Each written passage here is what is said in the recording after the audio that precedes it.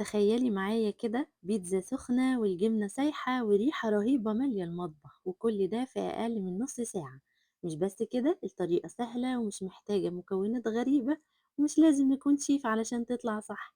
النهاردة هقولك على سر من أسرار البيتزا اللي بتتباع في أكبر المحلات، بس هعمله في البيت بمكونات بسيطة وطريقة أسرع من الخيال. هنعرف مع بعض سر المطة الجميلة وإزاي العجينة تبقى طرية وهشة ورفيعة زي بتاع أشهر البراندات، وهنعمل كمان صوص ماكي الخطير اللي كلنا بنحبه. تابعي معايا الفيديو للآخر عشان تعرفي الطريقة بالتفصيل. لو أول مرة تشوفوني، اشتركوا في القناة وفعلوا الجرس علشان يوصلكم كل جديد. ويلا نسمي الله ونصلي على الرسول عليه أفضل الصلاة والسلام ونبتدي. معايا 5 كوبايات من الدقيق، هكتب لكم في التعليق المثبت مقادير كوبايتين. هانزل برشة ملح وهانزل ب5 معالق من اللبن البودرة. لو مفيش لبن بودرة تقدري تستغني عنه جدا، مش مشكلة. أنا أحيانا بيكون مش عندي ومش بحطه خالص ومش بستخدمه، والنتيجة برضو بتكون حلوة. هي إضافة ممكن نستغنى عنها. الدقيق طبعا يكون متعدد الاستخدامات، وياريت لو يكون منخول. الكوباية من الدقيق بتاخد نص معلقة صغيرة من البيكنج باودر علشان يدينا نفشة حلوة وتبقى هشة، وده سر من أسرار المطاعم الكبيرة في البيتزا. هنزل بقى بالخميرة بتاعتي، هنزل بحوالي معلقتين أو معلقة ونص كبيرة من الخميرة الفورية. استخدموا نوع كويس، وبحب أضيف رشة كده من الزعتر على العجينة، بتدي طعم حلو قوي. وكمان هاضيف من المايونيز، هاضيف حوالي 3 معالق كبار من المايونيز. زي ما أنا قُلت لكم، أنا هاكتب لكم مقادير كوبايتين، وأنتم بقى تزوّدوا وتقللوا براحتكم زي ما أنتم عايزين علشان المقادير تكون مضبوطة. وكمان هانزل بعلبة زبادي كبيرة. الزبادي من الحاجات اللي بتدّي طراوة رهيبة للعجينة، وبصراحة يعني حلوة جدًا. يعني إحنا ممكن نقدر نستغنى عن اللبن البودرة، إنما ما نستغناش عن الزبادي. كل المكونات بتاعتي دي هاقلّبها بقى كويس جدًا، وهاجهّز المَيّة بتاعتي، مَيّة فاترة أو دافية حاجة بسيطة. بس خدوا بالكم، إحنا مستخدمين سوايل كتير، يعني العجينة مش هتحتاج مَيّة كتير. هنحط كده بالتدريج ونعجن لغاية ما ناخد عجينة طرية ملمسها ناعم متماسكة وكويسة معانا كده وناعمة خالص. وتفضلي تعجني فيها يعني شوية، تعجنيها عجنا مبرحا. لو لسه ما عملتيش لايك، روحي يلا اعملي لايك واشتركي في القناة علشان اقولك ازاي الجبنة تكون سايحة معانا. هسيبها بقى على جنب كده، خلاص هي بقت جاهزة معايا. هدهن بس وشها زيت علشان ما ينشفش واغطيها. احنا طبعا ما حطيناش فيها لا زيوت ولا اي حاجة، هو مجرد بس هدهن الوش زيت وخلاص. وهركنها بقى على جنب، ويلا بينا نحضر صوص البيتزا الخطير اللي انا مستحيل اشتريه جاهز من بره. انا بشرت هنا حوالي فصين توم كبار، وهنزل عليهم بشوية من الزيت، هحمرهم كده تحمير خفيف ياخدوا لون الذهبي اللي هو ايه الفاتح شوية، يعني مش غامق خالص، لا فاتح كده شوية. هحط رشة فلفل، العلبة خلصت بس انا حطيت، كان عندي حطيت. وبعدين هستنى عليهم يحمروا، يعني شايفين اللون الدهبي اللي هو الفاتح. وبعدين هاجيب علبة صلصة جاهزة وهانزل بالصلصة، لازم نستخدم صلصة جاهزة. وهازودها بقى شوية مَيّة. والسر في طعم صلصة البيتزا الجاهزة هي رشة الزعتر اللي أنا حطيتها دي، بجد بتدّي طعم حلو جدًا، جدًا للصوص بتاع البيتزا وصلصة البيتزا. طبعًا رشة ملح، وهاقلّب تقليبتين كده، هتغلي معايا وتتقل وتبتدي بقى تنطر الزيت بتاعها. خلاص أنا هاطفّي وكده الصوص جاهز معايا. كان معايا بقى بواقي من البيت، فراخ كده مقطّعة وسجق، عملتهم بطريقة معاكم قبل كده في الفطير الشرقي، برضه هاسيب لكم اللينك في تحت الفيديو. تعالوا بقى نعمل الصوص بتاع ماك الخطير. هانزل بقى بمعلقتين كبار كده من المايونيز، وهانزل كمان عليهم بمعلقتين كبار من الكاتشب، أي نوع كاتشب تحبيه. وكمان قطع صغيرة من المخلل للخيار المتقطعة قطع صغيرة خالص، يعني حاولوا تقطعوها كمان أصغر منه، وملح وفلفل أسمر ورشة من البابريكا. ويا سلام بقى لو تاخدي شوية من المَيّة بتاع المخلل الخيار، بتدّي طعم حلو جدًا. لو بقى بتحبيها spicy زيي، هنضيف الhot sauce كده معلقة صغيرة وهنقلب، وخلاص كده معانا أحلى وأجمد صوص ماك ممكن تعمليه. القوام بتاعه يعني مستحيل تفرّقيه عن برّه، هو بس الخيار كان معايا كبير شوية، إنما الطعم كان تحفة. هنركنه على جنب بقى وخلاص العجينة بتاعتنا خمرت وبقت زي الفل ما شاء الله، الحجم بتاعها تضاعف، قعدت حوالي ساعة، الجو ابتدى يحرر خلاص فما خدتش وقت كتير. ال5 كوبايات المفروض يعملوا لي 5 بيتزات، حجم كبير مش حجم يعني حجم هنقول حجم متوسط مقاس مثلًا الصينية 24، أقطّعهم كده ل4 كور وهاسيبهم يرتاحوا نُص ساعة علشان يكونوا سهلين معايا في الفرد. أنا هاسوي 3 وهاسيب الكورة الكبيرة لتاني يوم، هاقسمها وهاعينها في التلاجة وعملتهم 2 بيتزا صغيرين. هاقول لكم بقى إزاي نحتفظ بيها لتاني يوم وتطلع معانا زي كأننا لسه عاملينها دلوقتي.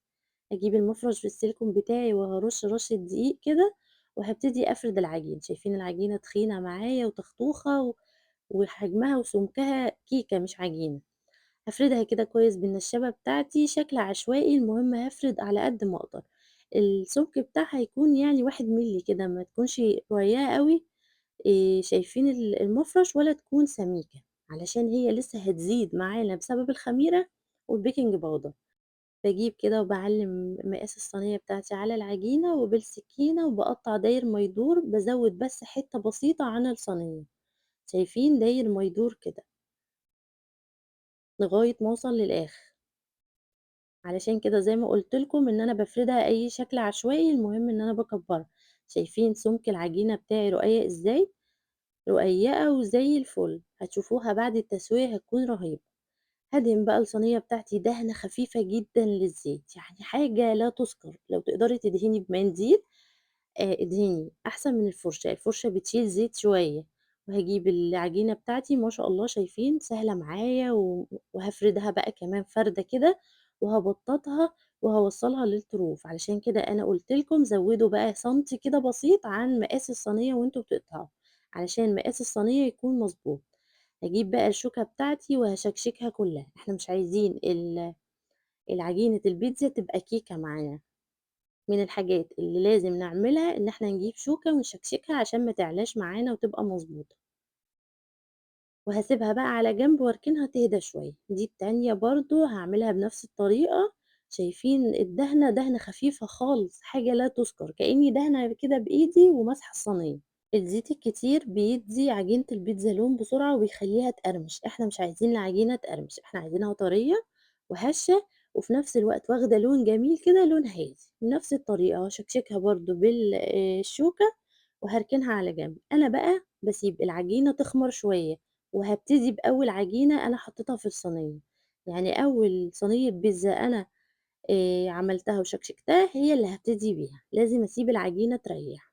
هاخد بقى الصوص بتاع الصلصة اللي إحنا عملناه، الصوص الخطير، بجد أحلى صوص ممكن تجربوه، مستحيل تشتري صلصة البيتزا جاهزة تاني بعد الطريقة دي. هافرده بقى بالطريقة دي.